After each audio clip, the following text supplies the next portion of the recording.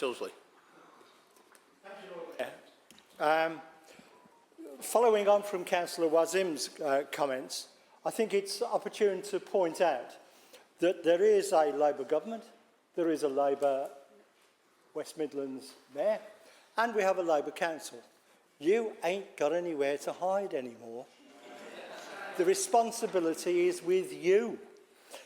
Now, Lord Mayor, if you look at the position that we're in, when the 114 notice was first issued, and the figure, quite stupidly, was put of £760 million in the public domain, I questioned it.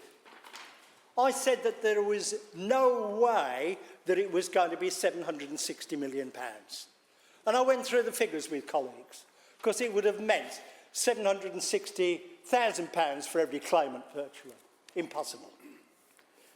It would seem that history is going to be on my side when the final settlement is made. And so I question whether we needed to make the 114 notice in the first place. But it's very much like having the builder in. Of course, you've got problems with the roof, isn't it? And the builder gets up and he has a look at the roof and he says, comes down and says, yeah, there's a few tiles that need replacing, but I've had a look and you've got dry rot and you've got various other problems. And of course, he's had a good shake of his head and a good suck of his teeth. Now, had it been for the equal pay problem,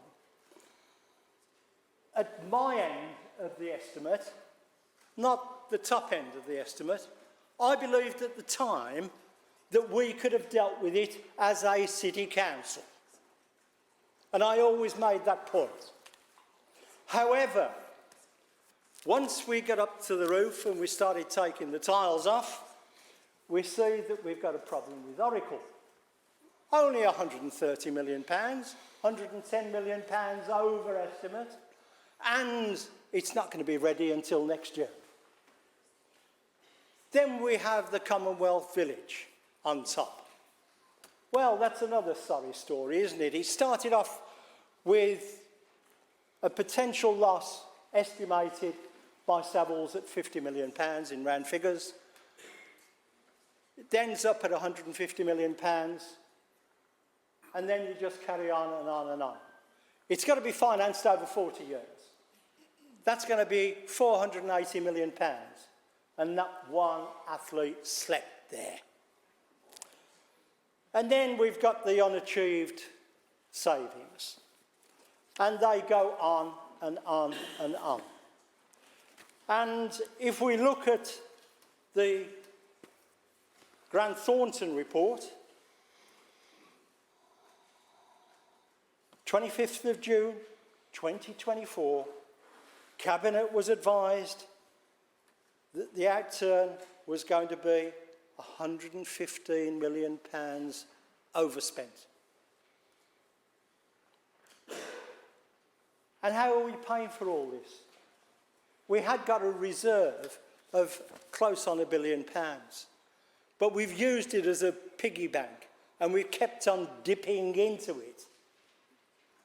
Now we've got a situation, Lord Mayor, where we've made £225 million worth of asset sales, but those have been the easy asset sales. Those have been the low-hanging fruit. We've got to get the difficult stuff now. And that is going to be really hard to make that figure up to what is expected by the commissioners of £750 million worth of sales. And as Councillor Alden pointed out, when you look into the budget book, you find that there is a deficit in the budget of £380 million over the next 3 years. But what really concerns me is the effect of Oracle and the fact now that we have got a deficit of £141 million of uncollected business rates. Now, that is equivalent to a 30% increase in council tax. Councillor. We need to start tackling it, and I'll return to Article next week. Thank you, Lord Mayor. Thank you, Councillor Tilsley.